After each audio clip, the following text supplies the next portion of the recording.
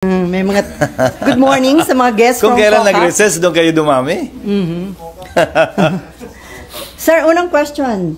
Since yung verified impeachment complaint against BP Sara is now in the Senate, ang tanong ng marami, why the Senate went on break last night without tackling the verified impeachment case against BP Sara? Well, una, yun ang schedule namin. Alam niyo namang lahat yun. Na huling araw namin kahapon, magbe-break talaga kami at magre-resume matapos ang halalan sa June 2. Walang rason para magbago o baguhin yun kahapon.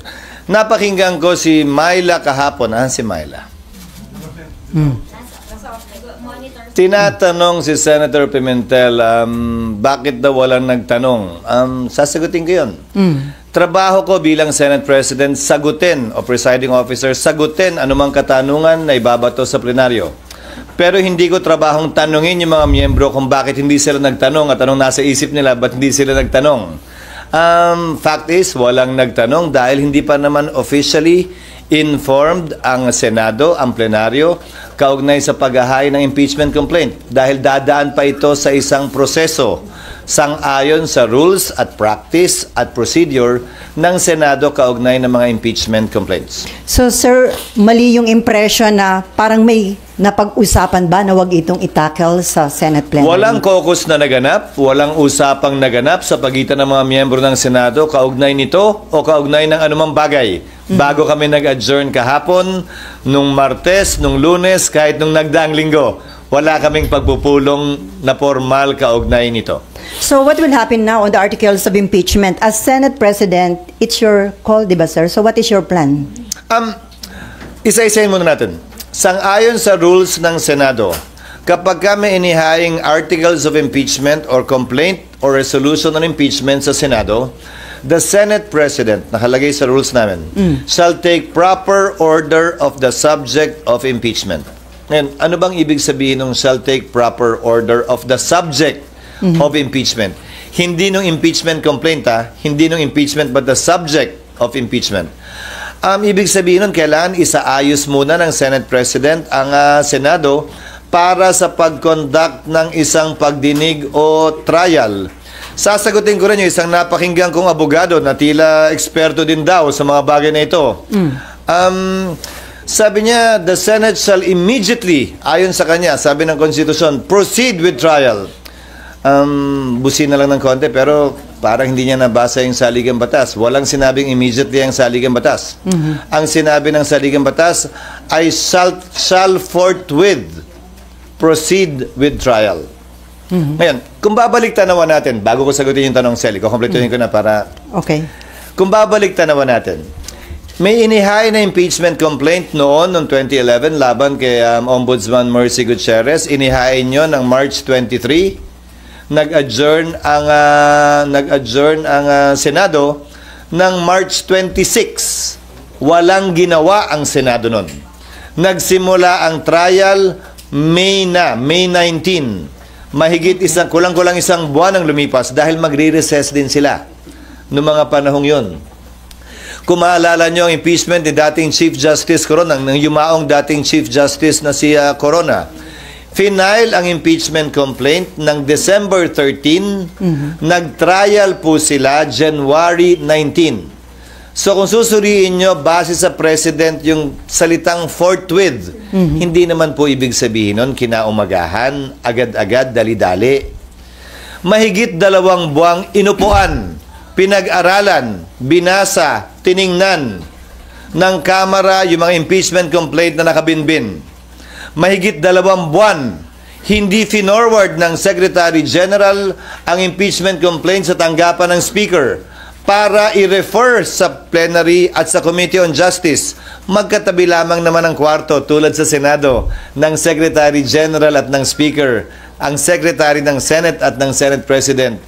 Bakit naman kami bigla sasabihang gumalaw, umakto agad sa loob lamang ng ilang oras? Kung nagpa-banjing-banjing sila gawin ito, siguro wala naman silang basihan ngayon na madaliin kami, lalo na nasa huling araw na ng sesyon.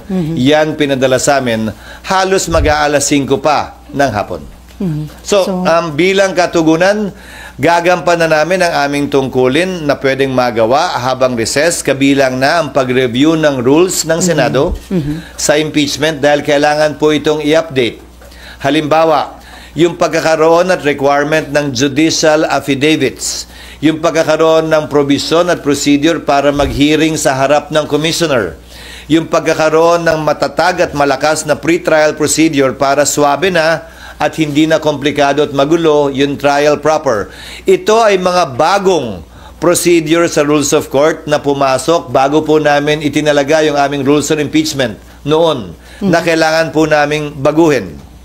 Pangalawa, kailangan pa rin pag-aralan siyempre ng Secretary General ng Senado, ng Secretariat ng Senado, yung impeachment complaint mismo. Tinanggap lamang namin yung kahapon.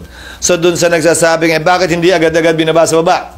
May trabaho po kaming kailangan gampanan. Halimbawa, sang-ayon po kasi sa e-commerce law at sa e-gov law, pwede naman maglagay ng e-signature. Hindi ba? Sa resolution, sa bill, sa committee report.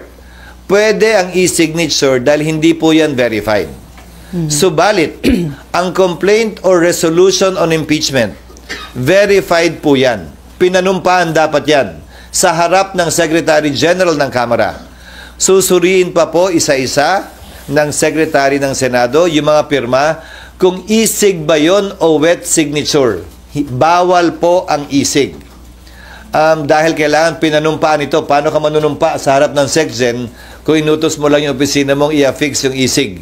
Meron naman pong app, gagamit kami ng iba't ibang app para makita at malaman kung isig nga ba siya o wet signature, para matiyak na yung bilang talaga ay sapat dun sa 1/3 para mag-comply dun sa direct filing sa Senado. Mga halimbawa lamang ito na mga dapat pang gawin at gampanan ng Senado. At bilang panghuling sagot, para mag-convene ang impeachment court, kailangan may sesyon ang Senado. Okay. Para manumpa ang impeachment judges, kailangan may sesyon ang Senado. Bagaman ang trial pwede mag-proceed kahit na recess, tulad ng nangyari kay dati at yumaong Chief Justice Corona, dapat ito'y masimulan, makonvene at mapanumpa ang mga judges kapag may sesyon. So kung may mangyayari mang aksyon o kaganapan kaugnay nito, yan ay mangyayari sa June 2, pag-resume ng Senado, matapos ang eleksyon at pasayan ng mayoriya ng Senado kung aamyendahan ba yung rules, anong ilalagay sa rules, i-authorize ba tulad ng nasa Rules of Court ngayon na suppletorily applicable na pwedeng mag-hearing habang recess dahil may 12 senador pa namang maiiwan natatawid hanggang 2028 pa ang termino, kabilang ako. 12 lamang naman ang matatapos ang termino. Gagawin ba yung parang sa Rules of Court, I'm only citing examples, na i-authorize yung 12, parang hearing before a commissioner, natanggapin lamang yung ebidensya. Ito'y court of record naman kasi. Ibig sabihin, kahit na wala pa at hindi personal na narinig yung ebidensya, mababasa naman. Ngayon nga may video pa. Okay. Sir, yung Sana natugunan ko yung iyong katanungan. Sir, Bagaman mahaba. Sir, yung normal course of events na hindi kayo pwedeng mag-impeachment trial dahil naka-adjourn yung session. Pero according to Senate Minority Leader Coco Pimentel, may tinatawag siya na extraordinary situation na pwede niyong i-waive yung rules at kung acceptable to everyone, pwede pa rin kayo mag-conduct na impeachment trial kahit naka-break ang session. Pwede na, gaya ng sinabi ko, ginawa yan nung panahon ng impeachment ni dating Chief Justice Renato Corona. Tumuloy yung impeachment trial bagaman nag-adjourn na ang Kongreso at ang Senado. Nasa rules namin yun. Hindi na kailangan maging extraordinary pa. Pero ulitin ko, kailangan nasimulan at sinimulan ang trial ng may sesyon dahil kailangan mag-convene ang impeachment court ng may sesyon. Walang sariling buhay ang impeachment court, hiwalay sa Senado mismo, sa plenaryo ng Senado. Kinakailangan ng plenaryo ng Senado para masimulan ang impeachment court. So sir, it is better ba kung na-submit ng House of Representatives earlier a few days before ng adjournment para may time kayo na na-actionan sa That plenary? is water under the bridge. It's not for me to decide or pass over the wisdom absence or lack of it on the part of the House in filing it a few hours before we adjourned.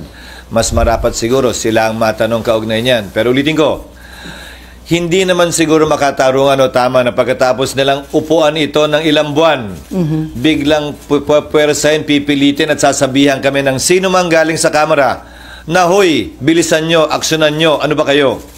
Hindi. Hindi ganon at hindi ako papayag din nun. Ang impeachment process para sa akin, hindi mahalaga kung pabor kayo o kontra, hindi mahalaga kung ma-acquit o ma-convict. Ang mahalaga para sa akin, bilang tagapangulo ng Senado, maging maayos ito, sang-ayon sa batas, credible, kapanipaniwala, at magagawad ng hustisya. Pabor man yun sa opinyon ng mas nakararami o konti o hindi. Considering yung mention nyo ng mga possible scenarios, sir, can we say na walang mangyayaring impeachment trial during the break or mahirap? Wala. Legally, it cannot be done. So, legally, it cannot be done, again, as I said, because the impeachment court was not convened. The impeachment complaint was not referred to plenary for there to be a basis for the impeachment court to be convened by the Senate sitting as a legislative body, hindi muna as an impeachment court. Sir, kahit sinabi ni PBBM na ayaw niya sa impeachment dahil divisive, sinuportahan pa ng isang religious group, pero still, natuloy pa rin na-impeach si BP Sara sa House, na i-transmit dito sa Senate. Indication ba yon na hindi nagpa-impluensya ang House of Representatives? Siguro mas sila yung dapat mong tanongin yan, hindi ako. Basta ang Senado, gagampanan namin ang tungkulin namin ng, tatagalugin ko ng may malamig na neutralidad ng isang hukom na walang kinikilingan. We will perform our duty and function with the cold neutrality of an impartial judge, and without fear nor favor, we will rule over things as we see fit and based on what is right and what the law provides. Since it is a political process, can we expect na lahat po ng mga senador na tatayong impeachment judge ay magiging fair and impartial, considering na iba kaalyado ni BP Sara? It is a political process, pero para sa akin, ito'y masasaksihan ng ating mga kababayan, tutunghayan ng ating mga kababayan. At malaki ang papel na gagampanan ng public opinion naman talaga dito. At yan ang tinatawag na political process siguro. Pero maging ganun pa man, siguro sabay-sabay tayo, impeachment judge man or mga kababayan natin na manonood sa pagdinig. At base sa ating mapapakinggan, makikita, hindi maririnig o hindi makikita, tayo mismo ay gagawa ng sarili nating pasya. At dahil political process nga ito at mga politiko ang tatayong umuupo bilang hukom, sinong politiko ang kilala mo na sumusuwag, ika nga, sa public opinion, lalo na sa panahon ng halalan. So, inimbento talaga itong sistemang ito na nagsulat ng ating saligang batas para ganito naman talaga. Hindi para maging sobrang hiwalay, ika nga, sa opinion ng publiko kaugnay sa bagay nito dahil politiko din naman ang hinuhusgahan. From Myla muna, although para nabanggit nyo na, kung phone in. Sir, kung after election magko-convene yung impeachment court, tas limited na yung time ninyo, carry over yun kung bago na yung composition ng mga senador at kongresista sa 20th Congress? Iyon ang aking paniniwala. Bakit? Ang Amerika, kung saan natin kinopya yung ating sistema ng demokrasya at Republican government, yung kanilang Senado, sa pagkakaalam ko, 1/3 lamang ang hinahalal at any one time. May naiiwang 2/3 pa rin. Kaya pwede mong sabihing continuing body talaga yung Senado. Ang Senado ng Pilipinas, 12. So, walang majority, walang quorum ang maiiwan. Subalit, ilang bagay ang nais kong sabihin kaugnay nito. Tingnan nyo na lamang ang mga collegial courts dahil ito'y hindi function ng legislature. Hindi ito typical na bill sa aking pananaw na pagtapos ng Kongreso, i-file mo uli. Pag hindi na-aprobahan, kailangan aprobahan uli ng magkabilang kamara. Kahit na-aprobahan sa kamara, dito hindi, simula uli sa simula. Halos lahat naman siguro sangayon. Ito'y impeachment court. Hiwalay sa function ng lehislatura. Pero siyempre, kikilalanin ang pagtatapos ng termino ng mga miyembro nito. So ano ang pwede nating ihalin tulad dito? Ang mga collegial courts. Ano-ano ang collegial courts? Sandigan Bayan, Court of Appeals, Supreme Court. Isama mo na yung Constitutional Commission, kabilang ng Civil Service, ang COMELEC. Tanong, kapag kami nakabinbin bang kaso sa mga ito at nagpalit sa tagal ng kaso sa mga korteng yan, ang mga maestrado ng Korte Suprema, maestrado ng Court of Appeals ng Sandigan Bayan, dahil ito ay mga courts of record naman, dinidismiss ba yung kaso o nagpapatuloy lamang? Hindi ba ang sagot ay nagpapatuloy lamang ito? Patuloy lamang yung mga kaso maski nagpapalit ang bumubuo ng collegial court na yon, tulad lamang ng impeachment court. Lalo na court of record din ang impeachment court, kung saan magpalit man, mag-absent man, hindi man mapakinggan ng personal ng impeachment judge, pwede pa rin siya gumawad ng desisyon base sa record na tinanggap ng ebidensya ng impeachment court. Sir, may patanong lang si Nympha. Paano ko magpatawag? Asan ba sila? Nasa press officer. Paano daw ko magpatawag ng special session si PBBM? Pwede nyo na actionan yung impeachment? Oo, pwedeng mangyari yon, pero ang pagpapatawag ng special session sa aking pagkakaalam Legal. ay hindi para mag-convene ng impeachment court. Sa aking pagkakaalam, ang pagtatawag ng special session ay para sa mahalagang bagay at panukalang batas na kailangan ipasa. Ayon sa ating saligang batas, hindi ito isa o saklaw marahil nung probisyong yon, kaugnay ng special session. Pero haharapin namin yon pag nandiyan na. Siyempre, pag nagpatawag ng special session, sang-ayon man kami o hindi, siyempre, alam namang hindi kami mag-attend. Okay, Mav and then RG. Sir, some senators...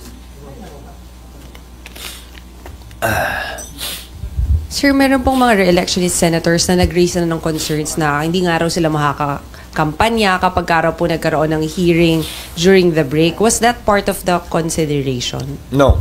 Again, we did not talk about that. Nobody discussed that with me, that particular concern.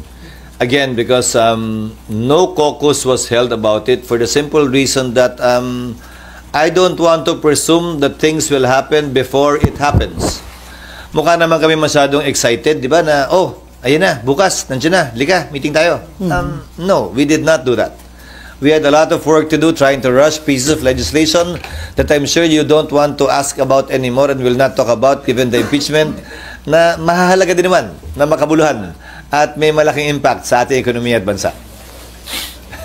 Okay, RG. Just Teka, follow up lang dun sa kay Senator Bato. So, may Si basis... Senator Bato ba? Some senators lang ang sabi ni ma'am. Sir, marami sila. Pero isa si Senator Bato na parang concern niya, parang talo sila o lugi kasi hindi sila makakapag-ikot habang ibang senatorial candidates makakapag-ikot. Actually, again, may basis yung concern. not necessarily. Tandaan mo, maraming senador maraming kongresista ang sumikat sa impeachment at naging senador. Maraming mga senador na nagre-elect din base sa impeachment. So, depende. Dahil nakatutok ang lahat ng buong sambayanan doon, ayaw mo nun, di ka na mag-iikot. Kung yun talaga yung pakay mo, meaning, so, depende. Ang sagot ko ron, depende. Pero ulitin ko, hindi namin napag-usapan yan. But it can make or break re-electionist. Well, definitely. Pero it's a platform, it's an opportunity. Saan ka makakakita ng live na teleserye tungkol sa tunay na buhay ng tao na hindi susubaybayan? Nasa sayo na lang kung yung karakter mo ba'y kontrabida ron o bida. At wala pang bayad, free.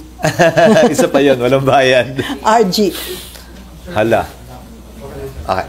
okay, sir. Ang dami kasing pumirma dun sa impeachment complaint, about 215. Do you think that is reflective of the support for the leadership of the House? Hindi ko maintindihan kung saan nanggaling yung press release na yon ng Speaker. Sa pagkakaalam ko, ang impeachment complaint ay kaugnay sa pagpapanagot ng isang impeachable officer at walang kinalaman sa pagsuporta sa liderato ng Kamara. Ihahalin tulad ko na lang siguro dito. Na ma-convict o ma-acquit ba sa dami o liit ng boto, magre-reflect ba yon sa suporta sa akin ng mga mambabatas dito sa Senado? Sana. Hanggat maaari, wag dating iugnay masyado sa politika o pangangampi ang prosesong ito dahil naihain na nga, ayoko nang bigyan ng kulay politika ito. Magkabilang kulay man, green man o red, o yellow o anuman. Sir, ang isa bang senatorial candidate can act as a defense lawyer? Candidate, what do you mean? Kasi may isang senatorial candidate, di ba? Parang may state, Attorney Vic. Sino? Attorney Vic Rodriguez. Nag-volunteer na agad siya? Oo. Kailangan muna siyang tanggapin ng kliyente bago siya makapag-volunteer. Parang, ang pag-volunteer ng abogado sa kaso, alam kong tawag dyan ay ambulance chasing. Hindi yata tama yun. Marapat ang kliyente, ang akusado, ang ini-impeach, ang mag-anunsyo ng kanyang mga abogado. At hindi para i-volunteer yung serbisyo ng abogado. Yan ay nasa ethics ng mga abogado. Okay, RG. Sir, I think in the past it was reported that the former president would like to be a defense counsel for the vice president. Actually, that would be expected. Sinabi na niya yan, abogado siya, abogado rin. Si Vice President Sara Duterte, abogado rin yung kanyang asawa. Hindi ko na ikakagulat yan kung mangyayari man yun. There's no impediment to that. There is none. So, sir, ko In consider... fact, even the Vice President herself can represent herself in addition to other lawyers. So, sir, i-consider nyo sa pag-draft ng rules kung papayagan ng isang senatorial candidate na maging defense lawyer? By that time, tapos na ang halalan. Oo Hindi na nga. siya kandidato, abogado na lamang siya. Okay, Amor.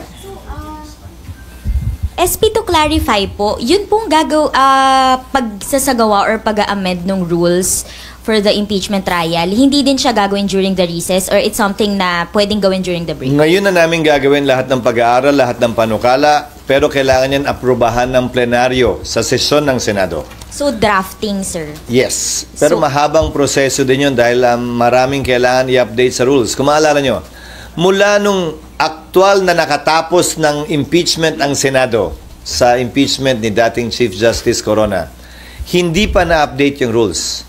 At maraming butas yung rules na yon na hindi rin in-update matapos yung karanasan ng Senado nun. Dagdag mo pa dyan yung mga pagbabago sa rules na inilabas ng Korte Suprema para mas mapabilis, mas maging efficient yung trial. Ika nga. But I will state one thing for the record and as a matter of policy. Hindi namin ito mamadaliin. Pero hindi rin naman namin ito labis na iaantala. Hindi kami magpapapressure kanino man na bilisan ito o i-delay ito. Gagawin namin yung trabaho namin ayon sa saligang batas bilang pagsunod sa tinatalaga nito at rules mismo ng Senado. Bagaman wala pong updated rules ang Senado, meron pa ring rules na nananaig ngayon. Yan yung existing rules pa namin. Nakabilang nga dyan yung binanggit ko that the Senate President shall take proper order of the subject of impeachment and matapos nun, shall notify the House of the date when the prosecutors are set to appear. Pero bago lahat mangyari yung tinatawag yung trial, kailangan muna mag-acquire ng jurisdiction ang Senado. Sa ngayon na tinanggap na ng Senado yan, hindi na may kakailang nasa Senado na yan at impeached na si Vice President Sara Duterte. At bagaman hindi pa na-convene yung impeachment court, matter of course na lamang yon, ministerial ang pag-take ng jurisdiction ng Senado sa impeachment complaint na ito. Hindi na rin may kakaila yun. Pero, kailangan pa matapos mangyari yon, i-amend yung rules, i-update yung rules, i-convene yung court, or base sa rules, pag nagsabi ang rules na kahit na hindi pa kino-convene ang impeachment court dahil nga patapos na ang termino ng 19th Congress, baka pwedeng bigyan ng kapangyarihan yung mga maiiwan na magsagawa na ng mga prosesong pwedeng isagawa bago ang trial. Kabilang na halimbawa, ang pagpapasagot sa nasasakdal. Ang pagbibigay ng pagkakataon sa prosecutor na sagutin yung sagot o reply dun sa answer. Ang pagsusumite ng judicial affidavits ng mga testigo na magkabilang panig. Ang pag-conduct ng pre-trial, pagkakasundo nila, ito, concede na namin, tama na yan. Ito, hindi kami papayag dito. Pagdebatihan natin yan, presentahan natin ebidensya dyan. O pag-submit ng pre-trial brief. Dahil alalahanin ninyo, bagaman hindi tumutuloy-tuloy ang Senado, ang Senate President, sang-ayon sa rules ng Senado, ay uupo pa rin bilang Senate President hanggang nahalal na ang kanyang kapalit. Dahil ang termino ko ay matatapos pa sa 2028. Kumpara dun sa mga nagdaang Senate President na nagkataong natapos yung kanilang termino ng June 30. Mananatili akong Senate President sa panahon ng break kung saan itong mga bagay na ito ay pwedeng magawa para hindi mag-aksaya ng panahon, ika nga, ang Senado at ng forthwith trial may proceed already. Sir, ang status po ngayon is tinitingnan pa po ni Senate Secretary and kayo po mismo titingnan nyo pa yung impeachment, Siya na articles of lang. impeachment. Siya Si na lang. Senate Secretary lang. Kasi ang titingnan lang naman niya, sufficiency in form and substance in terms of the signatures nga. Nag-comply ba yung verification, yung under oath na form? Napirmahan nga ba ito ng 1/3, which is 102? Pero ayon sa ulat sa balita, 70% ang pumirma. So, sobra doble o doble ang pumirma. Sobra doble ang kinakailangan bilang ng pumirma. So, yun lamang naman ang gagawin niya. Matapos nun, ilalagay nila dapat yan sa agenda eh. Pero hindi tayo nga umabot doon. Dahil nga, kapos, gahol sa oras, at bakit ba kasi last minute at last hour na? Pero sir, bibigyan ng copy yung mga senators para mabasa na nila? Yes, in fact, we will make it public. I don't see any reason why it should not be made public. It is not a secret document. It is a public document and I believe it should be made public. Sir, sorry, last na po. When is the earliest po sa tingin nyo na mapag-uusapan ninyong mga senador yung rules? June 2. Okay. No, formally, in plenary. In plenary. Pero sir, yung pagdadraft ninyo? Hindi kami na yun. Secretariat principally ang gagawa nun. Hindi na mga senador? Hindi na siguro. Magkukonsultahan na lang kami either virtually about this and simply consult them on the rules. Okay, before Mayan, So, RG... to finish, siguro magda-draft ang secretariat. Papadala na lamang sa mga senador for comment or inputs. Para at least pag-resume namin sa June 2, medyo joined na yung issues. Ika nga, kung ano na lamang yung pagbobotohan kung meron man. Okay, before Mayan, RG, Mav, and Cecil, may patanong lang dito, sir. Just to put on record, if BP Sara is found guilty by the impeachment court, does that mean she could no longer seek for any government position?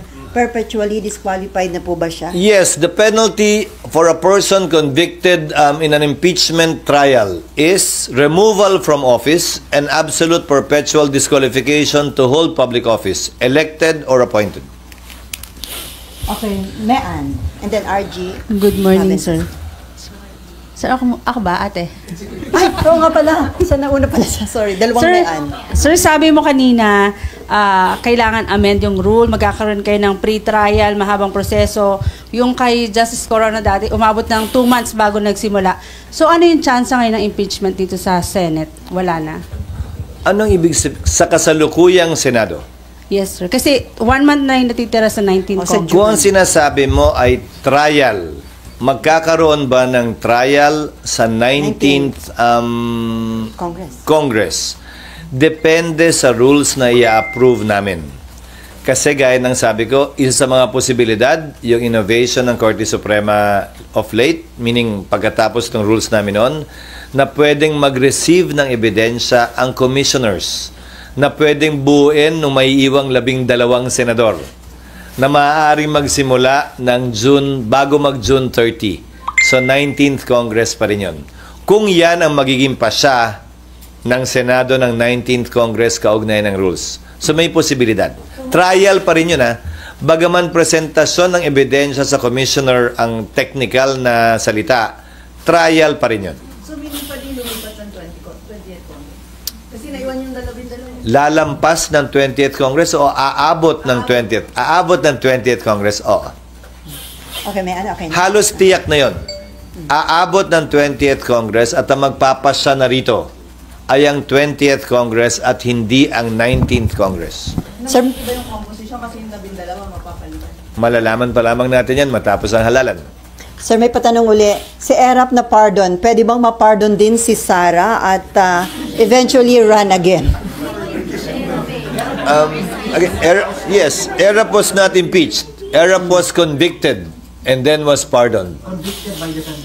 Yes. Dun Not yung by the pardon. impeachment court. Okay. Dahil hindi naman natapos yung impeachment ni dating Pangulong Estrada dahil sa EDSA 2. Okay, Mean. Sir, to be clear lang. Hindi pa ba clear? Hindi pa clear. Hindi. Sir, kasi yung natanong na kayo na pero para lang mas malinaw. Yung kay Senator Coco na sinasabi niyang special circumstance na pwede pa rin magkasundo kayo 100%, mag-convene kayo ng impeachment court during the break. Hindi na yun mangyayari. Only when, as I said, the impeachment court was convened. When we, the legislature, the Senate as a legislature, took note or took cognizance of the case, were all sworn into office and convened the impeachment court. Hindi naman nangyari lahat yun During session. Hindi kami pwede paano namin i-refer yung impeachment sa Rules Committee para i-report out ng plenary para may basihan na magsumpa kami bilang impeachment court at i-convene yung impeachment court. Paano namin gagawin lahat yun ng walang session? So parang dapat sana kahit paano na-report out man lang kagabi sa session. Tapos after nun, kahit hindi kayo nakabuo ng impeachment court, pwede during the break bumuo? Hindi pa rin. Kailangan kasi yung pagsumpa namin at pag-convene ng impeachment court is in session. Ulitin ko ba't ba nyo kami minamadaling gumalaw ng ilang oras? Process lang. Sila mahigit 2 buwan, inupuan, pinag-isipan at pinag-aralan yan. Siguro naman entitled kami ng ilang araw man lang. Thank you, sir. That's all for me. Okay, RG and then si Mav and Excuse then me, sorry. Cecil. Sir, of course, there are those na may mga nagre-react na doon sa sinabi nyo kanina that it cannot be done during the break and that sa June 2 na ang earliest action. What is your message to them? Magbibingi-bingi ang School of Acting ako dun sa mga pabor sa impeachment complaint at laban kay Vice President Duterte. Magbibingi-bingihan din ako dun sa tutol sa impeachment at ayaw kay Vice President Sara Duterte. Hindi namin trabahong pakinggan sila. Trabaho namin gampanan yung aming tungkulin. Sa abot na aming mga kaya, base sa itinatalaga ng batas at hindi base sa gusto ng magkabilang panig na klaro ay partisano, pabor man o kontra sa impeachment, pabor man o kontra kay Vice President Sara Duterte. Wala kaming pakialam sa mga yan. Sir, just to be clear, until the Senate renders a decision on the merits of the case, she remains Vice President. Definitely yes. That is what the law states. Pero sir, right now, Unless, just for the sake of argument, because this was in part of our history, March 23, and I hope I will not be misquoted for this, March 23, final ang impeachment complaint laban kay Mercy Gutierrez. March 26, kinonvene ng Senate ang impeachment court, tapos nag-adjourn agad. In-announce na May 19 o May 9 ang impeachment case i-hear. April 29, nag-resign si Ombudsman Gutierrez. So that is the only instance na hindi matutuloy yung impeachment. Dahil ang parusa lamang sa impeachment ay pagkakatanggal sa pwesto and perpetual disqualification. May posibilidad sana na tinuloy ng Senado yon. Dahil yung resignation ay pagkakatanggal lamang sa pwesto. Pwede pa sana nilang ituloy yun para dun sa absolute perpetual disqualification. Pero minabuti ng Senado noong panahon yun na wag nang ituloy at i-dismiss na yung kaso. pero sir, right now, walang nang pressure o kumakausap sa iyo from both sides para yung isa, bilisan, aksyonan, o yung iba naman para upuan itong Well, impeachment. maraming bumabanat sa media magkabilang panig na gustong madalhin o gustong i-dismiss ito. Pero walang epekto naman. At tulad ng sabi ko, hindi ko papakinggan yung mga boses na yan. Ang papakinggan at susundin lamang namin ay yung tinatalaga ng batas, ng aming rules, at kung ano ang tingin naming tama, parehas, patas, at magbibigay ng mas mataas na kredibilidad sa proseso ng impeachment. Ano man ang kalabasan o maging resulta nito. Among your colleagues, sir, wala din ganong pressure, magkakaibang sentiments. Hindi kami nagkausap. Siguro itong mga susunod na araw pa lang kami magkakausap-usap pag nakita-kita sa kampanya. Pero ulitin ko, walang nangyaring meeting, pagpupulong o caucus na napag-usapan ito para yung mga sentimentong binabanggit nyo ay masabi o mailahad na aking mga kasamahan dito sa Senado. Okay, ma'am. Cecil and then Robert. Sir, pwede pa explain lang po na magkaiba yung session days sa trial days. Iba yung legislative calendar. Iba. Nung nagdaan, ang ginawa nila ay, kung naalala ko, tama, hapon ba? Yung sa Corona? Opo. Sa umaga yung regular Hapon, session. tapos sa umaga yung regular session. Pwede rin naman naming gawin uli yun. Or baliktad, umaga yung hearing, may takdang panahon, at yung session ang wala. Para mas mahaba yung talagang trabaho namin ng legislasyon. Kesa may cap yung trabaho namin sa legislasyon, we can switch it up. Pwede naman namin pagbaliktarin yun. Yes, ma'am. Sir, kapag po nag-convene ng impeachment court, you have the power to compel VP Sara to appear here. She cannot say no. Kapag ka kinakailangan, oo. Pero kapag ka hindi kinakailangan, the accused, the subject of impeachment, the respondent, the defendant in an impeachment case, can waive his or her appearance. Kinakailangan lamang naman, ayon sa rules of court, na mag-appear ang isang defendant o akusado, una kapag ka-arraignment, para sabihin niya, inaako ba niya o sinasabing hindi niya inaako yung mga paratang laban sa kanya, o pangalawa, pag kailangan siyang i-identify ng isang testigo. Maliban sa dalawang pagkakataong yon, merong ika nga waiver of appearance na tinatawag sa ilalim ng rules of court that has supplementary application sa impeachment court. Di ba si Chief Justice Corona inaresto during the trial because he tried to walk out? No, hindi siya inaresto. Pinigilan siyang lumabas. Nandito na ako nun. Pinigilan siyang lumabas dahil sa kalagitnaan ng kanyang testimonya, tumayo siya, bumaba, at sinubukang lisanin yung korte. Isa pa pala yun, kailangan namin gumawa uli ng ganun. Sira na yun. So may limit ba yung ipipresent? Naalala mo yun, RG, yung sira na yun. Oo, yung Maghahanap pa. 13 years. Kaya nga, wala na. Kinain na ng ana yun. Pero sir, may limit ba yung pwedeng i-present na witness ng prosecution and defense panel o wala? Wala, pero yan ay pagkakasunduan sa pre-trial. Naulitin ko, pwedeng magawa bago magsimula ang 20th Congress para nga hindi kami pabanjing-banjing at nag-aaksaya lamang ng panahon. Ulitin ko, hindi namin ito mamadaliin. Pero hindi rin namin labis na ipagpapaliban ito ng walang dahilan o rason. Okay, Cecil. Sir, balikan ko lang yung isig. What if malaman ng secretary pag-check na may mga isig? Ano yung magiging? Basta't 1/3 pa rin. Basta ma-meet yung 110. Basta't may 102 pa rin. Hindi na mahalaga sa amin kung 103 pa yan o 105 o 107 o kung sino yon. Ang mahalaga, mambabata sila at may 102 signatures. Sir, may effect ba ito sa economy? Itong mga political issue na ito? Anumang ingay ng politika, palaging may posibleng epekto sa ekonomiya. Pero ang pangontra dyan ay kapanipaniwala at stable na proseso at procedure. Tulad ng sinusubukan kong gawin ngayon at i-establish ngayon.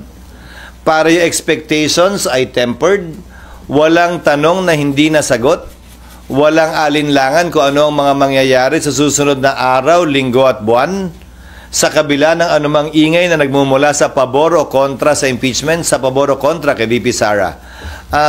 Ito, ang mga binabanggit ko sa inyo ngayong umaga, ito ang magiging proseso ng impeachment sa mga susunod na linggo at buwan. And lalo magkakaroon ng confidence yung mga investors na okay naman yung situation sa Oo, dahil ang impeachment ay isang prosesong nakasaad naman sa saligang batas. This is not an extra constitutional process. In fact, this is a purely constitutional and legal process provided for in our Constitution on how to make certain high officials of the country accountable for their actions and or inactions, specifically as alleged for alleged culpable violation of the Constitution, bribery, treason, graft and corruption, other high crimes, and betrayal of the public trust. Okay. Sir, may umuguling daw paggabi na po kasi hindi yata nadinig niyo po yun? Leadership sa... Hindi. Piso isa naman na yan. Again, I will reiterate what I said earlier. It is a rumor until it happens. Pang-counter daw yun ng mga Duterte, sir, dun sa impeachment. Again, it is a rumor until it happens. Bakit? Pag nagpalit, ano mangyayari? Baka kung ano nila, Anong iba nga mangyayari daw? Kaya. Sabi nung chismis. Hindi matuloy. Anyway, Robert, and then Mean, Amor, and Raymond. Sir, balikan ko lang po yung discussion nyo kanina regarding dun sa special session. Sabi nyo po pwede ang special session provided na ipinatawag ng Pangulo dun sa mga mahalagang panukalang batas. Granted po na may special session, halimbawa magkakasama na rin kayo. Yung possibility na matakel pa rin ito bilang sidelines halimbawa or kaya i-convene yung impeachment court po, pwede po ba yun? Posible. Posible, but that is a subject matter to be decided upon by the plenary. Kasi ang kapangyarihan ng Senate President ay i-agenda lamang ito. Yung ginagawa naming mga referral sa floor na walang nag-object, sa anumang oras pwede mag-object kahit sino at pwedeng pagbotohan yon bago ma-refer. Lahat ng ginagawa namin sa plenaryo are done through a proper motion. At kung mapapansin niyo, parang gas-gas na lang sa tenga siguro, masyado na kayo at tayong lahat sanay. Palagi nagtatanong ang presiding officer, is there any objection? There being no objection, motion is approved. So, pag may nag-object, pagbobotohan. Pero lahat ng naganap o nagaganap sa plenaryo, pinahintulutan ng mga miyembro. Last na lang po. Sir, ano po ang mangyayari halimbawa po yung uupong hukom na senador, may kamag-anak po na kongresista na pumirma doon sa impeachment halimbawa ng Vice President. Ano pong mangyayari sa kanila? Ang pag-inhibit ng huwes sa rules of court man o sa rules on impeachment ay voluntary sa parte niya. Walang proseso para pwersahang ipa-inhibit sa pamamagitan ng botohan ang sino mang hukom sa anumang paglilitis. So, kung meron mang ganyang pagkakataon, desisyon niya. Pero babalik rin ko. O kung may posisyon pala yung pumirma, may posisyon din ba yung hindi pumirma na kailangan din mag-inhibit yung kamag-anak nun? Hindi naman siguro, di ba? Bakit nyo sasabihin kailangan lang mag-inhibit yung pumirma? Bakit hindi nyo sasabihin dapat mag-inhibit yan yung hindi pumirma? It cuts both ways. But for me, it's a purely voluntary act, whether an impeachment judge will inhibit himself or herself. Sir, follow-up doon. Pwede daw bang ma-disqualify ang sinumang senador na nag-express ng opposition sa impeachment? Ma-disqualify saan? Sa pag-act as impeachment judge. Kasi may nagsabing, oo. Sabi na kasi na para sa kanya acquittal. Hindi, parang tututulan ko hanggang dulo yung impeachment. 19th Congress ba yan o 20th Congress? Kasi ang magpapasya, 20th na eh. So, ang tinatanong ko sa inyo, yung senador bang nagsasabi niya na i-acquit ay 19th Congress ba siya o 20th Congress? Kung manalo, sir. O hindi pa natin alam. So, 19th nga ba o 20th? Kaya yung tanong ko, di ba? Pero sir, kung sakali, na hanggang 20th, again, I will admonish and keep on reminding the senators who will surely be part of the impeachment court, either in the 19th or 20th Congress, dahil impeachment court pa rin naman ang magpapasya ng ilang preliminary na mga bagay. To kindly, please, refrain from talking one way or the other for or against the impeachment or the impeachable officer in relation to this case. Pwede naman nilang purihin si Vice President Sara hanggang langit kung gusto nila nang walang kinalaman at hindi pumapatungkol sa impeachment. Wala namang problema yun. Pero this is a mere reminder and admonition. Wala naman akong kapangyarihang pigilan o busalan ng kahit na sinong miyembro na nais magsalita kaugnay nito. Mayan, Amor, and then RG. Ay, Raymond pa pala, sorry. Actually, mainit dito, ha? Mainit siya, ha? Hindi niya ka-jacket-jacket. Kaya lang malulunod ako sa... Hi, sir. Good morning. Sir, ito kasi walang jurisprudence, walang president na yung tumanggap na composition ng Senado sa impeachment complaint ay itatransfer doon sa incoming Congress. So ano yung parang legal or constitutional basis natin na pwede nga na ma-push through doon sa incoming new composition of Congress? Tama ka na unang beses lamang mangyayari ito sa Pilipinas. Sa Amerika, hindi. Pero sinabi ko rin na may pagkakaiba.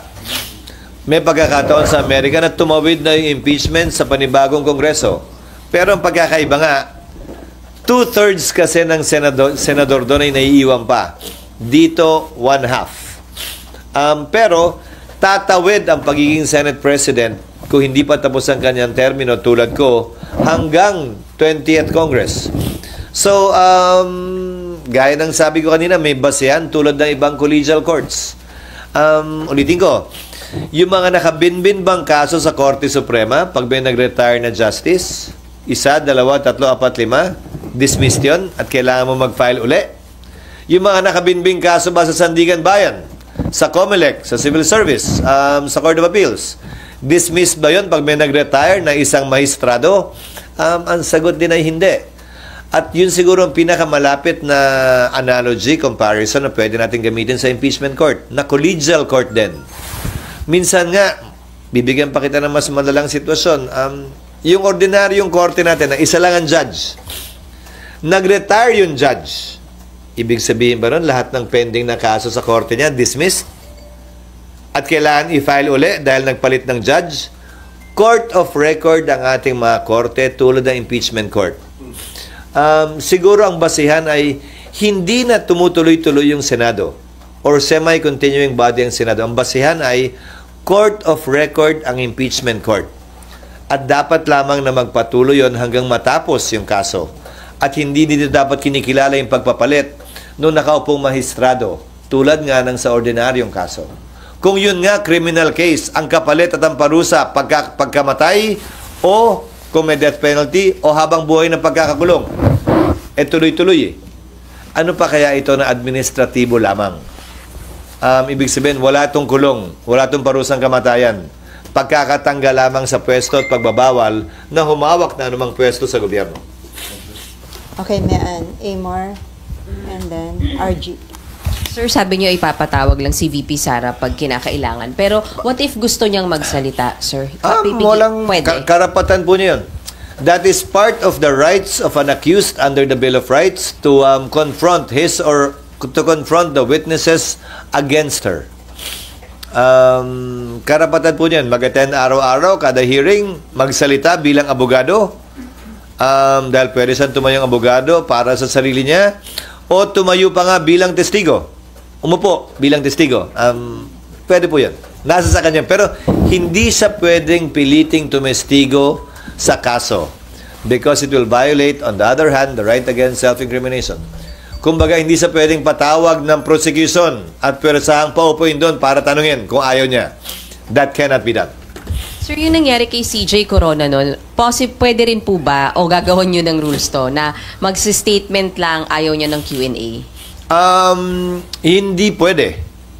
Dahil sangayon sa rules of court that is suppletorily applicable to impeachment to the impeachment trial, may karapatan mag-cross-examine ang kabilang panig sa sino man testigo ipepresenta ng kabilang panig. So, pag nagpresenta ng testigo ang prosecution, may karapatang i-cross-examine yan ng depensa. I mean, sir, si VP Sara, kung just in case No, parang kung sino man nga, karapatan yan ng kabila. At kapag ka hindi na subject sa cross-examination, hindi admissible yung testimonya ng testigo. Sir, may... Sir, pag just in case naman daw ipatawag nyo, kailangan siya, pero hindi siya dumating, meron bang kaparusahan pag ganun? The impeachment court, very much like the Senate, more so in fact because it is an impeachment court, has the power and authority to issue subpoena. May kapangyarihan nga kami mag-issue ng subpoena. Sir, At sang-ayon sa rules, yan ay pwedeng i-issue lamang either sa pamamagitan ng botohan o kung babaguhin yung rules, sa pamamagitan lamang ng kautusan ng presiding officer. Sir, may certain period ba para tapusin yung impeachment trial o pwede itong pang matagalan? Wala. Pero sino ba naman na may gustong umabot ito till kingdom come? Wala naman siguro may gusto nun. One way or the other, kailangan ito pagpasahan at desisyonan. Ulitin ko, nang hindi minamadali, pero hindi rin naman pinagpapaliban ng labis. Okay, Amor and then RG. SP, kung matuloy po yung impeachment trial nga this 19th Congress, ang sabi niyo po possible na umaga, plenary session, and then hapon, yun pong impeachment trial. So sir, paano yung time dun sa mga pending bills and offhand? May mga nakikita po ba kayong mga bills na pwedeng maapektuhan ng lack of time dahil matatapos na nga po yung 19th Congress? Maliit na lamang ang epekto kung meron man. Dahil pagbalik namin sa June 2, 6 na session days na lamang ang meron namin. So, 6 na session days na lamang apektado nung AM-PM schedule na binabanggit mo. At kung mako-convene nga yung impeachment court sa panahong yon, magre-recess na rin kami makalipas ang 6 na session days. So, yung balance ng mga araw na yun hanggang June 30 ay puro trial na lamang yun. Dahil hindi na kami pwede magsesyon. Ano ba kayo, sir, bills na nakikita Hinahabol? dapat ihabol pa? To name a few that comes to mind. Number 1, yung Konektadong Pinoy. Number 2, na BICAM na-approve na on third reading by both houses. Yung e-gov bill na hindi umabot yung ratification ng Bicameral Conference Committee report dahil may ilang pang concerns ang executive branch. Kasi nga, ayoko nang may nabibito Ayoko may binabalik sa BICAM So, hanggat maaari nakikipag-coordinate kami closely sa executive kaugnay sa mga panukala batas na pinapasa namin. Pangatlo ay yung right sizing bill. Tatalakayin din namin yan. Pang-apat ay yung Virology Act na ibabaycam during the recess. Ito ay pagpapalakas ng ating Virology Department para sa gayon ay kung magka-pandemya muli, mas kaya na nating i-handle ito. Again, to name a few, those would be at the top of my mind. Yung wage hike. Yung? Wage hike. Hindi, yung mga binanggit ko, lahat nasa LEDAC. Yung wage hike, hindi ko alam kung magiging prioridad yan ng Kamara o hindi. Pero kung maalala nyo, ulitin ko, nagpasa kami ng wage hike, mahigit 1 taon na lumilipas, 100 pesos. Pinasaya ng Kamara recently lang. Pero ang ginawa ko ay inappointan ko ng bicameral conferees lahat ng mga bill na pending. Para sa gayon ay, kung sakasakali, mapag-usapan yan. Maliban na lang kung sinabi ng Kamara na hindi sila interesado dyan. Okay, RG. Ay, okay ka na, MR? Thank you, ma'am. Sir, kasi kanina sabi niyo you will review the signature. So No, the secretary the secretariat will review Wag the naman na signature. ako yun. The secretary. Ayoko. Oo nga, 200 yon. But sir, May app pa. We will be using several apps to be able to detect and check. Minsan by the naked eye kita na kung e-sig o wet signature. okay, sir. After kung halimbawa mangyari nga talaga that the earliest action of the Senate will be after or by June. June 2. June 2. Maraming pwede mangyari within that time. The complexion of Congress might change because of the elections. Since napag-usapan na naman natin yung hypothetical kanina, So, hypothetical tayo ulit. is it also possible na the next Congress, the House, can withdraw the complaint? Yes. Tulad lamang na anumang complaint na inihain sa korte, pwedeng bawian. Halimbawa, criminal case man o civil case. Gitna ito o administrative case. Pwedeng i-withdraw na nagrereklamo ang kaso sa anumang panahon. Sa kaso ng Kongreso, it has to be withdrawn by more than 2/3 para hindi umabot dun sa 1/3 requirement. Ngayon, kung tatanungin mo, paano yan? Nagkaroon na ng jurisdiction yung Senado Pwede ba bang bawiin yun pagdating ng panahong yun ng panibagong Kongreso? Isang bagay yan na pagpapasyahan ng impeachment court pagdating ng panahon by a majority vote if they disagree with the ruling of the presiding officer. But your question was, I take it, pwede bang gawin yan ng Kongreso? Yes, they can do that. Pero kung may epekto ba yun na actual na i-withdraw, pagdedesisyonan ng impeachment court yan at ayokong pangunahan. So possible, sir, na kahit i-withdraw, kung mag-decide yung Senate na ituloy, Once pending na sa korte, lahat ng gagawin ay desisyonan ng korte at hindi pwedeng pagpasya ng isang panig lamang. Okay, before Mab, sir, may nagpapatanong, although na-explain nyo na ito before, paano daw kung ma-impeach or ma-convict dito sa Senate si BP Sara, paano daw yung pag-appoint ng papalit sa kanya? Sang-ayon pa rin sa saligang batas tulad ng nangyari matapos ang EDSA 2 nung pumalit si dating Vice President Arroyo kay Pangulong Estrada. So yung Vice President naging presidente, naging bakante yung Vice Presidency. Nag-appoint si Pangulong Arroyo mula sa Kongreso, Kamara at Senado. Ang requirement ng edad Ang lahat ng requirement para maging senador at kongresista at vice-presidente, presidente ay pareho, maliban sa edad. Ang kongresista, 25, ang senador, 35. Ang requirement para sa vice president and president, 40. So, pwedeng pumili si Pangulong Marcos ng kongresista o senador na ang edad ay 40 years old and above. Matapos niyang pumili bilang kanyang nominado, pagbobotohan niyan by a majority vote ng magkabilang kamara, House at Senate. Voting separately. Simple majority, voting separately. Ano? You are highly qualified. I don't think there's a senator below 40. So, sir, qualified ka nga. No, hindi ako. But lahat ng senador ay qualified at yung mga mambabatas na 40 and above ay qualified. Yun yung pool ng qualified na mga taong pwedeng i-nominate. Kung i-nominate ka, sir, open ka na maging vice-president. Ayokong pag-usapan yan because it's unfair. We will be sitting as an impeachment court. Pero sa totoo lang, mamaya sabihin ko sa iyo kung bakit kung bakit ko ayaw. Yung pagbobotohan ng House and Senate, what if hindi ba ako ng majority? Alin, kung ayaw, that deemed rejected, pili sa ng bago. Ano ba? Kailangan i-confirm, Pag hindi kinonfirm ng Kongreso voting separately by a simple majority, hindi siya, pili uli ng bago. Nangyari yan kay VP pero kinonfirm ng hindi ni-reject. Oo, in-appoint siya and then a simple majority confirmed the nominee of then President Gloria Macapagal-Arroyo. Okay, Mark. Hi, SP. I understand you clarify na kanina na maaaring 20th Congress na po yung the eventual ending. No? But working under the scenario na under the 19th Congress, we have 23 senators. So 2/3 of 24 seats po ba yung vote to convict or 2/3 of the 23 current? Still of 24 because always favorable to the accused. So there's already one favorable vote in the 19th Congress sa impeachable officer because that officer cannot vote in favor of the impeachment to comprise 2/3. 16 pa rin. Okay. Sir, yung length ng impeachment depende sa mga evidence at sa proceeding.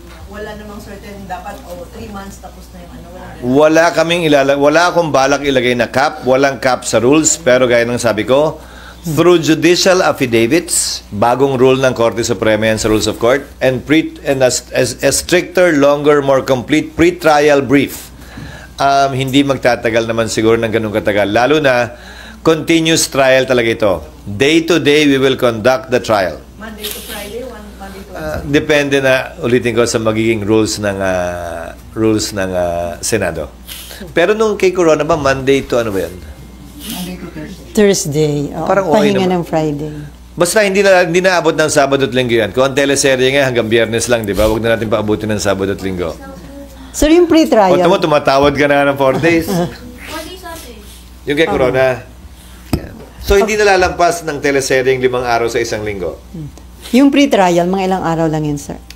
It will only last for a few days. Actually, even 1 day kung nagkakasundo na sila. Given the amount of time involved, itong panahong to, hindi lamang Senado ang dapat na mag-aral, maghanda.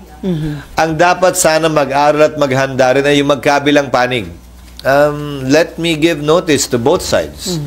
Both the prosecution panel and the defense panel of the defense team of the Vice President. They have sufficient time to prepare and study for this. So, hindi naman siguro katanggap-tanggap, hindi lamang sa amin, sa mata ng publiko, na pagbigyan anumang delay, na hindi sila handa, walang testigo, hindi handa yung ebidensya, dahil itong panahong to, dapat ginugugol na nila para gawin at kompletuhin yan. Pati yung impeachment judge, sir, dapat mag-aral. Well, kahit naman ako naghahanda, magbabasa uli, ang tagal ko nang hindi nagpa-practice. Matagal-tagal na ako hindi nakakapag-appear din sa husgado. Nagbago na rin yung rules on evidence. Gagamitin ko rin itong panahong to para magbasa muli, to brush up on my rules on evidence, the Supreme Court decisions on the rules on evidence. At nang magampan na namin yung aming tungkulin na may buong katapatan sa probisyon ng batas. Okay, Mav, and then may Ann. Sir, sorry. In case po na senator yung ma-appoint at ma-confirm, do you operate on 23 senators lang? Paano kung Ma-appoint o ma-confirm, what do you mean? kunwari po, piliin ni Presidente, tapos ma-confirm siya ng Kongreso. Oo, sir, ano lang, hypothetical lang. Layo mo na. Yes, sir. Layo mo Hindi, na, darling, kanina, sir, kasi napag-usapan na po yung kapalit. Layo mo na nga, darling. Oo. Sir, kapag po kasi kunwari, nagkaroon ng hatol na parang by July, ganyan. So, sir, isang buong Congress na 23 lang kayo, ganun. The decision to call for a special election is to be decided upon by Congress. Ang pagtatawag ng special election sa anumang bakanting pwesto, congressman o mayor, vice mayor o senador ay desisyon ng Kongreso. Bakit? Kailangan kasi mag-appropriate ng pondo para sa special election na yon. At hindi basta-bastang nagagawa yun. Sa kaugnay naman ng COMELEC, meron silang pondo. There are times, may mga taon na may pondo sila for special elections. Pero may mga taon na wala. So kung may pondo sila to conduct special elections, COMELEC can do it on its own by basing it on a resolution either from the House or the Senate to fill that seat. Pero madalas sa madalas, in practice, hindi po ginagawa dahil may quorum pa naman ang Senado. Hindi naman makakaapekto sa quorum. Marami na rin nabakanteng posisyon sa House sa pamamagitan ng pagpanaw ng mga mambabatas. Hindi na nagpapatawag ng special election ang Kamara. Bihira magpatawag. So based on the resolution, pwede magpatawag ang COMELEC kung may pondo sila. Kung wala, kailangan talaga ng isang batas para magpatawag ng special election. Okay. Sir, sorry, may pahabol na tanong lang po yung desk ko. Kanina, sir, yung kung hindi po atin si VP Sara, tapos pinatawag siya dito, pwede siya isubpoena. Yes. Should she ignore the subpoena? What happens? Subpoena is a compulsory process, meaning to say she can be compelled to attend. Like what we do with respect to witnesses in the hearings of the Senate. The Sergeant at Arms, with the assistance and aid of law enforcement officers, may effect the compulsory order for her to appear. Mag-issue ng warrant of arrest, sir? But I heard a comment of Vice President Estrada that she welcomes this in order to present her case. So, VP Duterte, sorry. That she welcomes this. Sinasabi ko? Estrada. Sorry. VP. But I heard a comment of VP Sara in connection with the looming impeachment complaint to be filed against her that she would welcome it as an opportunity to present her side of the story vis-a-vis the accusations being hurled against her by members of the House. So I hope that will indeed be her position. So, kung mag-change yung kanyang stand, hindi nga siya mag-attend kahit may subpoena, possible yung pag-issue ng warrant of arrest? Merong subpoena lang. Hindi pa naman warrant. Subpoena is enough. Kung hindi pa rin nga siya mag-attend? Again, a subpoena is a compulsory process. The Sergeant at Arms and law enforcement officers can enforce a subpoena. Okay, and then Cecil. Sir, yung pre-trial ay mangyayari pag na-convene na? O pre-trial Under our rules kasi, wala pa yon. Kasi wala pa naman noon eh.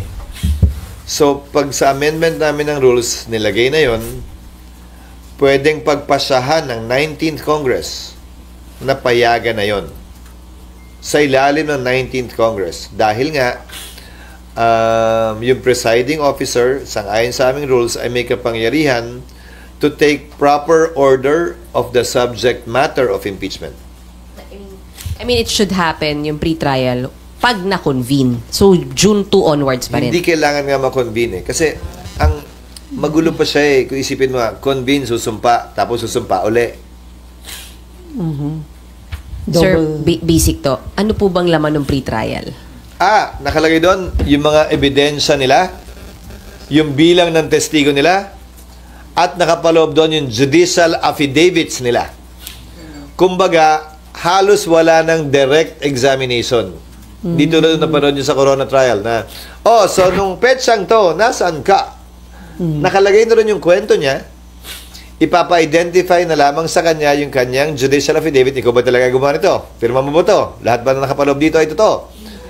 Cross-examination na diretso. So, It will abbreviate the proceedings. Mas mabilis ang proceedings. Ngayon, may nakasaad din sa Rules of Court na yung mga testigo at ebidensya na hindi mo binanggit dyan, hindi mo na pwedeng ipresenta pa. Maliban na lang kung nadiskubre mo lamang nitong makalipas ang ilang araw, ilang oras na wala pa, hindi mo pa alam nung ginawa mo yung pre-trial. So, may mga ganon. So, in a way, nalilimitahan niya yung pagpapatagal na maaaring gawin ng magkabilang panig. Basically, the pre-trial is just a submission of yung nga, mga affidavit. Yes. Which and- could happen before the convening. Yes, Okay. that's what I'm saying. If the rules will authorize the presiding officer to issue those, kabilang na yung pagpapasagot kay VP Sara, kabilang na yung pagsasabit ng reply ng mga prosecutors. Lahat ng bagay na ito, hindi pa to trial, can be done already under the 19th Congress, lalampas ng konti sa 20th Congress, pero yung trial mismo talaga, magsisimula ng 20th Congress. Except again, kung sa rules ay sabihin na pwedeng mag-receive ng evidence through commissioners. Yung 12 may iiwang, kasi ginagawa na rin ng korte yan ngayon eh. Pwedeng tumanggap na ebidensya ay may iiwang 12. Trial na rin yun in a way. Dahil tumatanggap ka na ng ebidensya through commissioners, quote-unquote eh. Not the whole court. If that will be decided upon by the majority. Sir, safe pa rin sabihin that the impeachment trial mag-uumpisa ng 19th, itutuloy ng 20th, Yes. hahatulan ng 20th. Yes. Tama, okay. Yung paghahatol, pagpapasya, 20th na. Okay, sir, isa na lang sa akin. Sir, paano po yung mga hindi lawyers na mga magiging senator judge? Dapat bang mag-aral sila? May mas extra effort pa sa kanila dapat? Oo, dahil yung abogado nga mag-aaral eh. Ako nga mag-aaral eh. So lahat kami dapat mag-aral.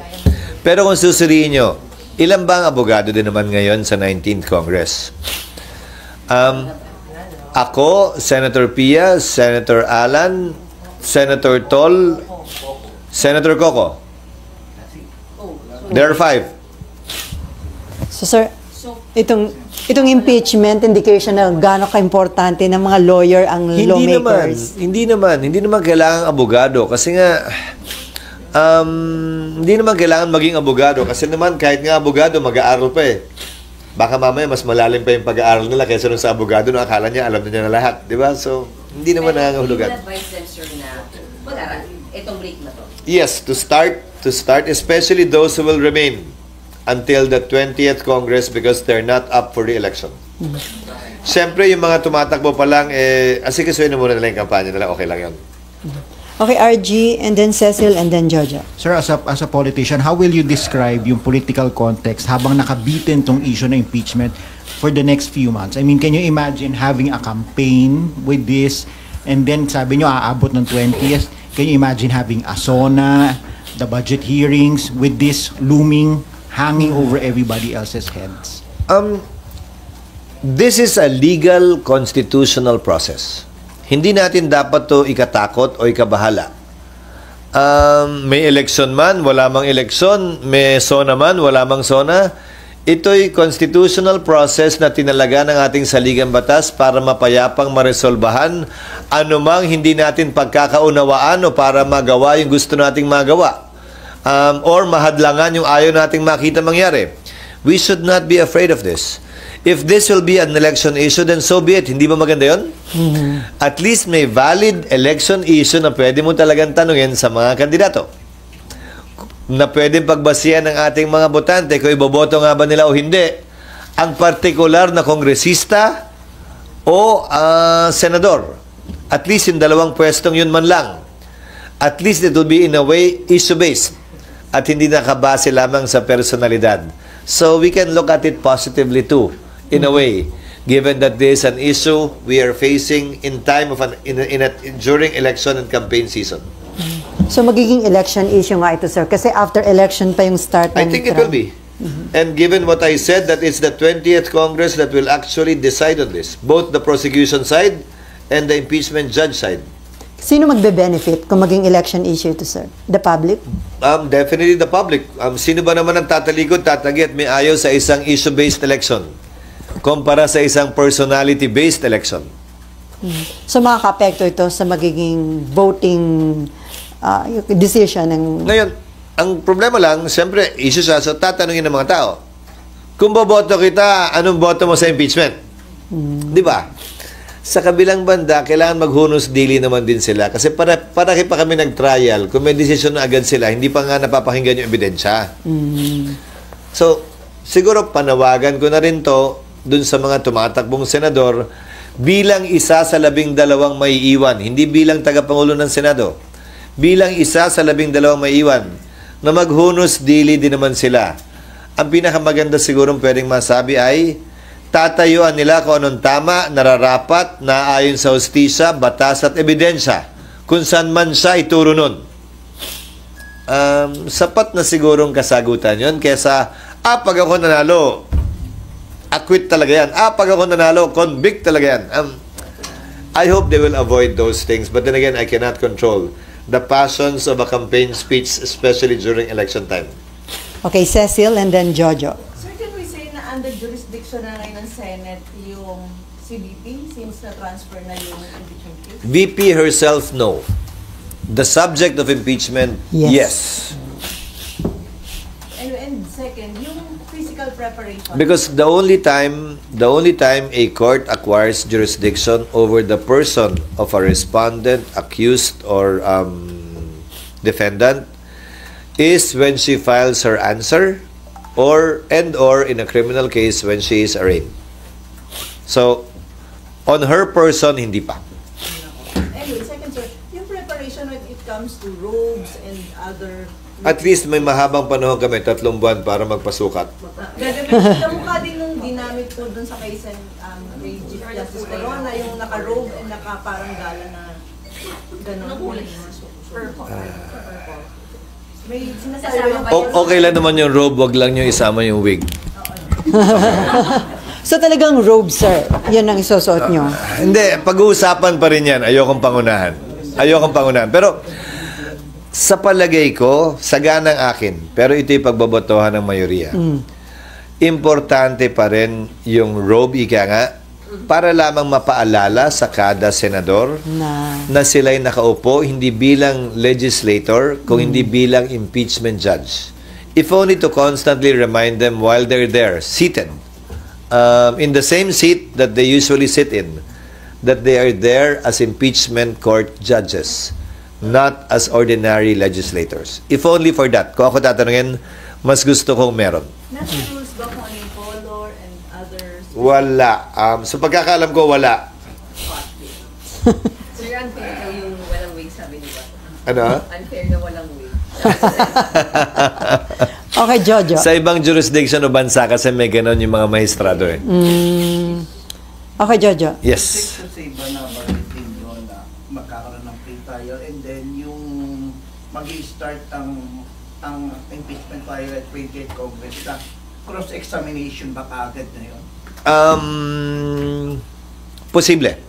Ayokong sabihing safe gawin dahil pagpapasyahan pa lamang yan ng mga miyembro ng Senado pagbalik namin ng June 2. Pero yung mga option na to, ipepresenta at ilalahad namin sa mga miyembro para makonsidera at mapagbotohan pagdating ng June 2. Yung ba isa sa magandang option para mas mapapadali matapos itong Ulitin ko, hindi namin to ginagawa para madalian.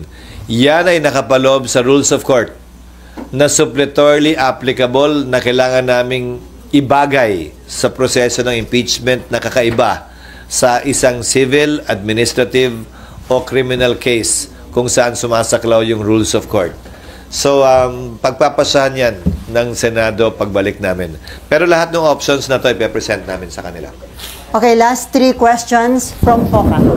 Uy, ubusin nyo na para hindi na wala ng interview pagkatapos nito. Thank you, Sally. Bakasyon na eh. Sir.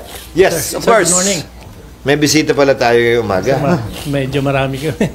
Yes. Sir, you perfectly remember the moment when that envelope was not opened during the impeachment trial of President Estrada. I was a congressman, yes. I sir. remember that. I was not here. Yeah. I'm sure that you totally want to avoid such a volatile political impasse. But how? By maintaining the credibility and impartiality of the impeachment court. which is what I'm trying to do beginning today. Again, without fear nor favor, nang walang pinapaboran, nang walang kinikitilang karapatan, gagampan na namin yung aming tungkulin. Pero sa dulo, sang-ayon kasi sa rules on impeachment. Kaya di ba si Senator Pimentel noon ay nagbitiw, kung tama ang pagkakaalala ko. Dahil under the Constitution, ang uupo bilang presiding officer talaga kapag ini-impeach ang presidente ay Chief Justice. Hindi naman talaga, wala namang co-presiding eh. Wala rin namang majority leader ang impeachment court eh. Ginawa lamang nila noon yun eh. Kung talagang korte yan, Chief Justice ang presiding officer sa presidente pag in-impeach. It's the Senate President that presides in relation to other impeachable officers, Vice President down. At ang proseso ay, anumang order initially will be decided upon by the presiding officer. If a member disagrees, he can stand up, question it, or object to it, pagbobotohan ng plenaryo. Yun yung proseso. Masunod man o hindi yung gusto ng nakararami, yun ang desisyon ng korte. Ngayon, pwede rin desisyon na ng presiding officer kung ayaw niyang magpasya. Sasabihin niya, ayokong magpasya dyan, ibabato ko sa plenaryo.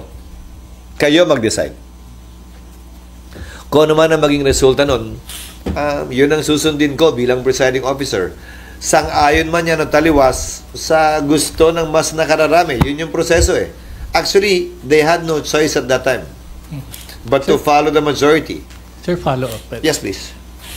Sir, the matter of shifting an impeachment case from the 19th to the 20th Congress, we heard your position, yes. But can that be questioned and clarified with, for example, the Supreme Court? Of course. They can do that. Pero unahan ko na rin, kung gagawin man nila yan, maliban na lamang kung may temporary restraining order na i-issue ang Korte Suprema kaugnay nito sa transition na ito, magpapatuloy ang trabaho namin, 19th o 20th Congress man yan, at hindi pwedeng gamiting rason dahilan o palusot yan ninuman, prosecution man o respondent na may nakabingbing kaso, basta't walang temporary restraining order. Yun lamang ang pipigil sa Kongreso na magpatuloy sa proseso ng impeachment. Okay, pero karapatan po nila yun. Okay, last pero question. sagutin ko rin siguro, pero para sa akin, so may 1-year ban, gagawin uli, lalong tatagal, lalo tayong maghaharap sa iba't iba. Hindi ba gusto na magkabilang panig? Kabilang na impeachment judges, ha? Hindi ba natin gustong lahat na matapos ito? One way or the other. And I think it's in everybody's interest. Teka, last 2 question na lang tayo. Hindi, okay lang. Sige. Okay lang, basta wala ng interview pagkatapos ito. Para okay. Na. Okay, go ahead. SP, good morning. Michael Flores po sa Reuters. Marahinaga Tabi. Siringman. Sir, you mentioned that as Senate President, you have the power to set the agenda for during plenary, and it was asked earlier that and you mentioned that it's possible na you can convene as an impeachment court should the President authorize a special session over another matter. So, as Senate President, will you include that in the agenda should the President decide to hold a special session? If the Secretariat is ready, yes, it will be included in the agenda, but it's not my sole decision. It will be voted upon by plenary. You're not usually with us on a daily basis, except for today, perhaps because of the impeachment complaint. Everything we do, although it's not being objected to, it seems like it's an order being issued by me. Everything we do is subject to the vote of the majority. So kung wala nag-object, ibig sabihin, bumoto silang lahat pabor doon. If someone objects, then we have to put it to a vote. But these things are decided upon by plenary, not by the presiding officer alone. Sir, may patanong, yung daw bang verdict ng impeachment court can still be appealed sa Korte Suprema? As far as I know, no. Final na yun, sir. It has been tried, I think. I forget the ruling. For having committed grave abuse of discretion or something, but I think the Supreme Court dismissed it. Again, if my recollection serves me right. But I'm not sure. Okay, from Bloomberg? Yes, ma'am. Okay. Yeah, thank you. Senator, I have a non-impeachment related question. About one of the laws we passed? Yes, I think so. Yeah. Finally. It's a bill that you authored, I believe, about that bill on mining. Yeah, exactly, prohibiting Mining. What's the status of that, sir? And has it reached the BICAM? I think we passed it on third reading, but the period is 10 years, not 5. Ba't nakalagay dun? 5 ba o 10? Alam ko 10 eh. 5. 5 ba? Yung effectivity after 5 years pa. 5 ba? 5 ba nakalagay? Hindi ba in-amend na 10? 5 Pakicheck na lang. years nakalagay. Sa bill o sa in-approve namin? Oo. Pakicheck. Yung effectivity ng ban, parang 5 years after. 5 o 10? Hindi ko na malala eh. Ano bang... Pero doon sa nakita namin PR. Ka 5 din nakita namin, sir. Pero sir, But the reason for that mining ban is this. Again, why reinvent the wheel if it has been reinvented? We're looking at Indonesia. Ginawa ng Indonesia, nag-impose ng mining ban within a certain period. Now they have several processing plants. 4, I believe. The Philippines is one of the richest mineral-rich country in the world. We are 3rd or 4th mineral-rich country in the world. So mineral-wise, the Philippines is actually a rich country pretending to be poor. The problem is, which is why I filed a resolution to investigate it during the recess, yung mga exploration permit at MPSA na ini-issue, ang daming hindi ginagamit at tumatakbo. Ewan ko sa DNR kung bakit hindi nila nire-revoke. Non-use is a valid ground for revocation. Hinahawakan lang to ng kung sino-sinong nung nakapwesto ay kinuha lahat para lamang ibenta, wala naman silang puhunan para talaga i-explore. Again, we're a mineral-rich country pretending to be poor. If this is done, I believe this will be a game changer for our country. If we will have processing finally here in our country. For those who are concerned na 5 years is too short, then convince us and ask for 7, 8, 10. But don't tell me we don't need this. Don't tell me you don't want this for your country. Don't tell me you don't want this for the Filipino. Biro mo yung iron ore, yung copper, yung nickel dito minimina, tapos dadalhin sa China, sa ibang bansa, ipoprocess, tapos bibili natin ng mas mahal dahil yung value added ginawa doon, galing dito yun. Di ba? Maawa na tayo sa bansa natin. Sa dami ng batas na pinasa natin para sa mga negosyante, pasa naman tayo ng isa kahit pa paano. The entire fiscal mining bill favors mining companies to make it easier for them, more attractive for them. Ito naman yung sukle. Makapagbigay ng trabaho sa Pilipino, value added at buwis dito, kesa galing na lamang sa ibang bansa palagi, yung finished product o value added product. okay, follow up. Yeah. So 5 years, Senator. So the BICAM will likely be held in June na po, no? Actually, the break, I'm hoping it'll be done during the break. During the break. Para pag-resume namin, ma-ratify namin. And the Nakalimutan ko pala yun sa mga bill na binanggit ko. Oo nga. And the Ikaw pa mine- naman nag-sponsor. And the mining companies will have a chance to maybe make an argument, no, to extend it. Of course, I've heard their arguments actually. Okay. I've talked to most of them already because they sent position papers already. But again, I will also appeal, if they want to appeal this, I want to appeal to them too. Don't talk to me about removing that provision. Touring naman yun eh. Talk to me about hindi kaya ng 5, pwede ba 7? Hindi kaya ng 7, pwede ba 8? 10. But don't tell me we don't need this. Don't tell me that we should not do this. Because that is clearly wrong and un-Filipino. So sir, once implemented, may estimate magkano yung additional income at additional job opportunities ang mabibigay nito? Wala, kasi wala tayong malaking steel plant dito. Sinasabi nila palagi may problema sa kuryente. Noon yun. Former President Marcos, Ferdinand Marcos Sr., believed that no country without a steel industry will ever industrialize. And if you look at every other country in the world, except for Singapore perhaps, given the limited territory they have, we need to have our own steel industry. Ang typical na sinasabi nila, mataas daw ang presyo ng kuryente rito. Darling, kaya mo yun. Kaya mong iyan yan. Okay. Nawala. Ay, nawala tuloy. Sorry.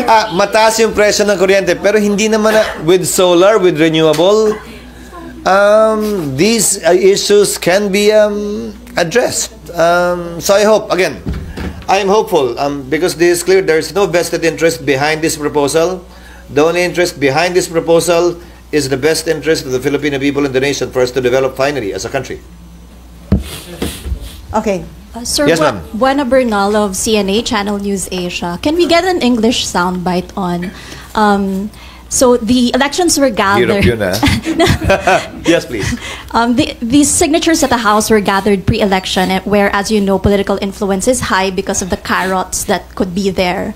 Now, unwittingly or otherwise, the Senate, you say, post-elections would be the impeachment trial court. But now, because that's a constitutional process, and there are quarters who say that this is political vendetta, can you talk about the Senate, this body where you are a leader, being a political tool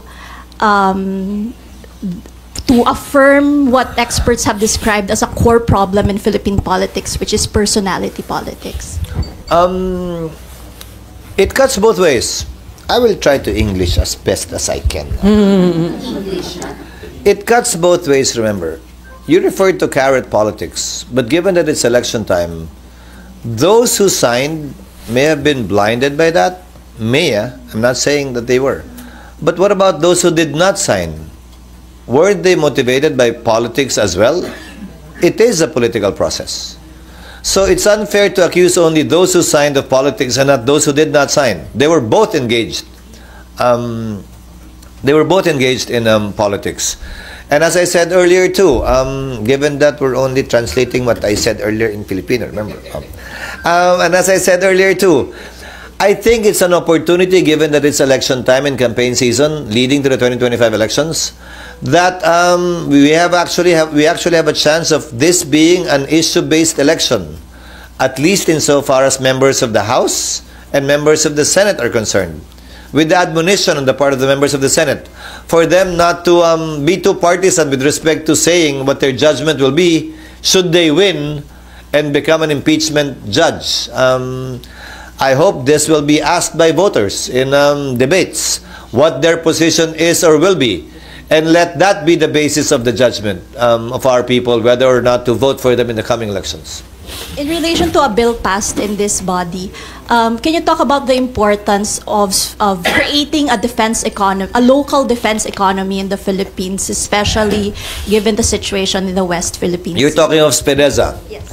Given the situation in the West Philippine Sea and given our dependence on our allies for our own defense, I think this is the first step towards being self-sufficient with respect to being able to defend ourselves instead of simply borrowing missile systems from other countries.